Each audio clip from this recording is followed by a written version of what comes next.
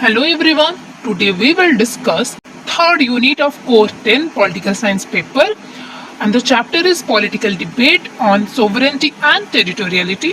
So इसका basically ना 3 to 4 mark का ही क्वेश्चन आता है या फिर वेरी शॉर्ट भी आता है, कभी कभार लॉन्ग आ जाता है। तो हम इसके कॉन्सेप्ट को अच्छे से समझेंगे, इसके फीचर्स पढ़ेंगे और जो ऑथर से थिंकर से उनके व्यूज भी इसमें पढ़ेंगे। Got it? So first, what is political debate?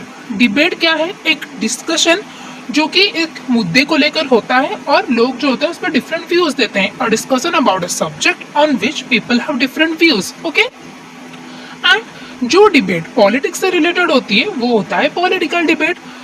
तो debate which is related to politics is called as political debate. In this discussion people give political opinion, policy proposals and criticise some aspect. तो जो भी मुद्दा या भी जो भी subject हमने लिया है उसमें से अगर किसी भी चीज़ में उन लोगों को पसंद नहीं आती तो उसको क्रिटिसाइज करते हैं और जो भी इंसिडेंट हो रहा है, जो भी सब्जेक्ट है वो उसके ऊपर अपना ओपिनियन देते हैं एंड जो पॉलिसी है उसको कैसे बेहतर बनाया जाए उसके लिए प्रपोजल भी देते हैं। ठीक है, अपना सुझाव भी देते हैं।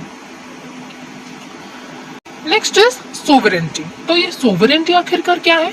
It is the supreme power of a country. एक कंट्री की, एक राष्ट्र की सबसे बड़ी क्षमता जो होती है वो होती है सोवरेंटी। ठीक है, एंड ये क्षमता क्या है? Not to control its own government and there is no higher authority above country. तो सबसे बड़ी क्षमता कौन है? सबसे बड़ी पावर यही है कि वो अपने आप को ही शासन करे और राष्ट्र के ऊपर कोई भी हायर अथॉरिटी या फिर उच्च अधिकारी नहीं होता, राष्ट्र ही उच्च होता है सबसे। Got it? There is no internal pressure और एक्सटर्नल प्रेशर ऑन स्टेट। तो कोई अंदर से कोई नहीं प्रेशर डालता और बाहर से भी कोई उसके ऊपर प्रेशर नहीं डालता अपने काम करवाने के लिए। Got it? राष्ट्र वही करता है जो उसके लोगों के लिए अच्छा होता है, जो उनके लोगों को लाइफ को थोड़ा बेहतर बनाए, इजी बनाए और अच्छा बनाए, पीसफुल बनाए। Got it? State is free from all restrictions and no other state can interfere in this. तो जो राष्ट्र है उसके ऊपर कोई रिस्ट्रिक्शन नहीं लगा सकता, उसके लिमिटेशन कि वो कितने तक जाएगा। What it? जैसे कि हम बहुत सारी कंट्रीज के साथ रिलेशन में हैं, फॉरेन रिलेशन में, लेकिन हम कितने तक जाएंगे, हमारा लिमिट किधर रहेगा, वो अपना राष्ट्र ही डिसाइड करेगा। ठीक है, एंड एक राष्ट्र की यही रिस्पॉन्सिबिलिटी होती है कि वो दूसरे स्टेट को अपने इंटरनल मैटर में इंटरफेयर करने से रोके। ओके, सो कोई भी राष्ट्र नहीं होता जो कि एक स्टेट के निजी मामला में आकर हस्तक्षेप करे। ठीक है, sovereignty word is derived from the Latin word superinus which means supreme। तो supreme sovereignty क्या है कि वो एक वर्ड superinus से आया है जो कि एक लैटिन वर्ड है और उसका मीनिंग है सुप्रीम, सर्वोच्च, सबसे उच्च, उच्चतम। Got it? Then thinkers view, according to Thomas Hobbes, sovereign is the supreme power and it is perpetual, inalienable, undivided and absolute। तो जो सार्वभौमत्व है, जो सोवरेन है, वो नित्य है, अविभाज्य है, अपरिहार्य है और सबसे बड़ा है और वो पूर्ण क्षमता है। Got it? According to Rousseau, all people should have their sovereignty। ठीक है, सभी व्यक्ति के पास उनका सोवरेन पावर होना चाहिए। तो फादर ऑफ सोवरेनिटी कौन है? ना Jean Bodin. Then what are the impacts on sovereignty? एक कंट्री की जो सार्वभौमत्व है इसको कौन प्रभावित करता है? Globalization is affecting it largely. तो सबसे बड़ा और अफेक्ट करता है तो वो है globalisation. Interdependence between countries led to movement of goods and services. तो जैसे कि हमें पता है ग्लोबलाइजेशन हमें पढ़ा है, तो due to globalisation movement of goods, services and technology are happening nowadays. इससे क्या होता है कि जो कंट्री के बीच में रिलेशन है, इंटरडिपेंडेंस से एक कंट्री दूसरे कंट्री के ऊपर कुछ ज्यादा ही निर्भर कर रहा है। ठीक है, कुछ ज्यादा डिपेंड कर रहा है। तो movement of things give other state the power to affect sovereignty of another state. तो एक कंट्री क्या है, अगर हम एक कंट्री से चीजें ले रहे हैं तो वो क्या करेगा, कुछ ना कुछ तो जरूर उसमें से फायदा उठाने की कोशिश करेगा। हम है जो उसे रोक सकते हैं। Got it? Due to globalization, MNCs are growing and spreading and affecting policies of country। जो MNCs है, बहुराष्ट्रीय कंपनी है, वो क्या करते हैं कि बहुत ज्यादा ही ग्रो कर रहे हैं due to globalisation.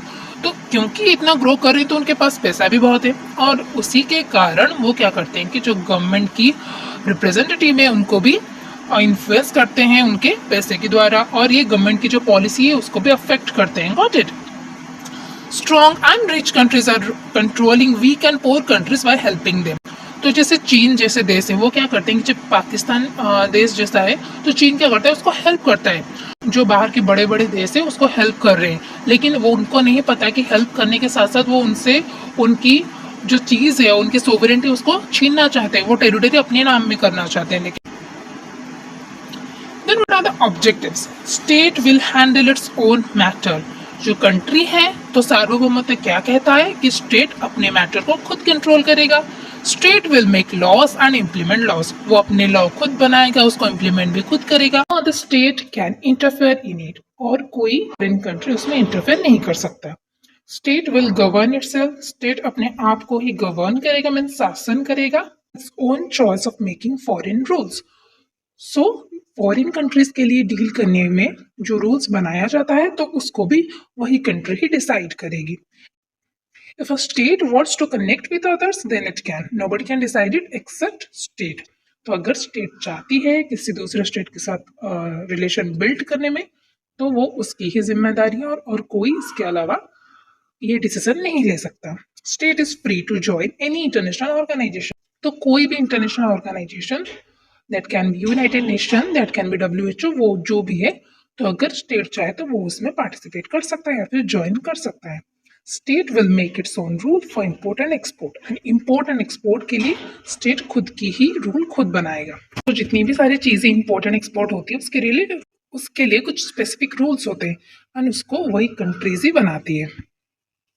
Then what is territoriality? तो फर्स्ट हम समझेंगे what the territory, a geographical area under a government authority. तो एक गवर्नमेंट के अंडर जितनी बड़ी एरिया होती है उसको बोला जाता है territory. Then what is territoriality? Monopolisation of a space by an individual और अ ग्रुप. तो एक ग्रुप के द्वारा या फिर एक पर्सन के द्वारा एक स्पेस को चलाना या फिर उसके ऊपर अपना कंट्रोल जाहिर करना को बोला जाता है territoriality.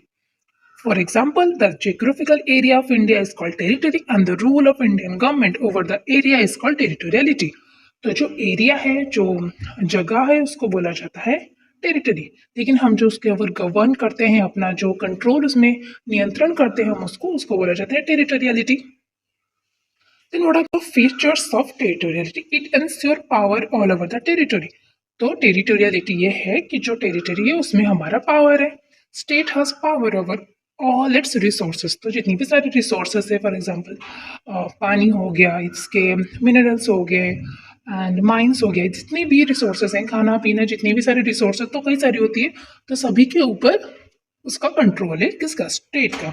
It control it's internal and external matter. State की इंटरनल मैटर और एक्सटर्नल मैटर स्टेट ही डिसाइड करेगी कि इसको क्या करना है. It defend it's territory. ये अपने टेरिटरी को डिफेंड करता है. It keep others away from own area. तो अपने एरिया से वो अदर को दूर रखता है. आप हमारे यहाँ नहीं घुस सकते, कोई भी अपनी मनचाहा चीज नहीं कर सकते क्योंकि ये हमारी टेरिटरी है. It provide security, privacy, autonomy and self identity to its state and its people. तो वो अपनी स्टेट को सिक्योरिटी देता है, मीन्स उसको सेफ रखता है. प्राइवेसी मेंटेन करता है, मीन्स हमारी जो चीज़ें प्राइवेट रहनी चाहिए उसको प्राइवेट रखता है. ऑटोनॉमी मीन्स जो चाहे वो करता है, उसको जो पसंद है अपनी स्टेट के लिए, अपनी स्टेट के लोगों के लिए वो वही करता है. एंड सेल्फ आइडेंटिटी, अपनी आइडेंटिटी वो खुद ही बनाता है. Got it? Thank you so much. And comment down की in which chapter I will make the next video. Thank you.